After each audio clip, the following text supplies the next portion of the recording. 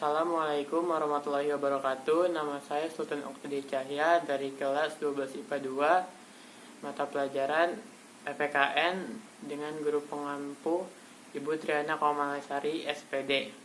Hari ini saya akan menyelesaikan tugas PKN tentang pengaruh iptek terhadap kemajuan negara Republik Indonesia. Pengaruh iptek terhadap kemajuan Republik Indonesia terbagi dari berbagai aspek. Yang pertama ada aspek politik, aspek ekonomi, aspek sosial budaya, dan aspek hukum. Yang pertama adalah aspek politik. Contohnya adalah memberikan dorongan yang besar bagi konsolidasi demokrasi di banyak negara. Yang kedua, meningkatkan hubungan diplomatik antar negara. Yang ketiga, menegakkan nilai-nilai demokrasi. Yang keempat, memperluas dan meningkatkan kerjasama antar negara. Yang kelima, adanya peranan besar rakyat dalam pengembangan pemerintahan. Yang kedua adalah aspek ekonomi. Contoh kemajuan iptek dalam aspek ekonomi adalah 1. Makin meningkatnya investasi asing atau penanaman modal asing di negara Indonesia.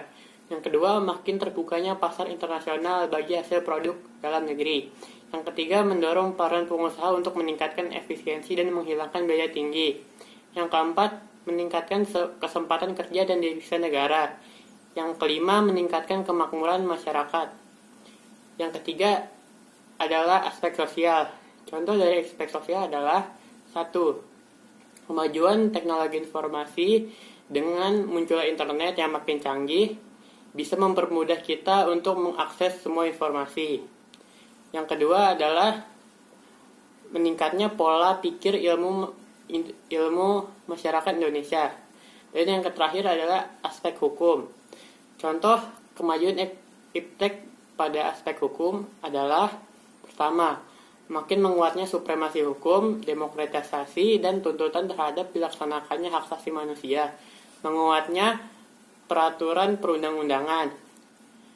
Terus yang ketiga, menguatnya regulasi hukum dan pembuatan peraturan perundang-undangan yang memihak dan bermanfaat untuk kepentingan rakyat.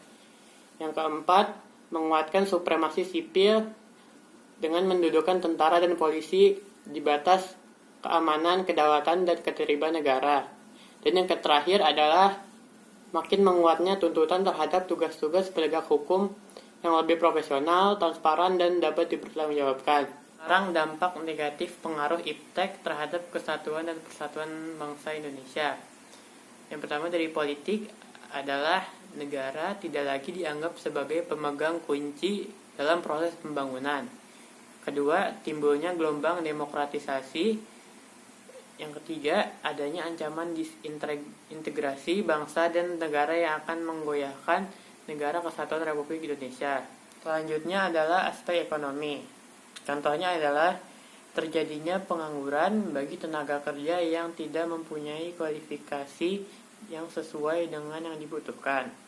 Yang kedua, sifat konsumtif sebagai akibat kompetisi yang ketat pada era globalisasi akan juga melahirkan generasi yang secara moral mengalami kemerosotan. Yang ketiga, adanya aksi tipu menipu dalam proses jual beli online yang dapat merugikan beberapa pihak. Selanjutnya adalah aspek sosial. Contohnya adalah munculnya masyarakat individualis yang tidak peduli terhadap masyarakat sekitar.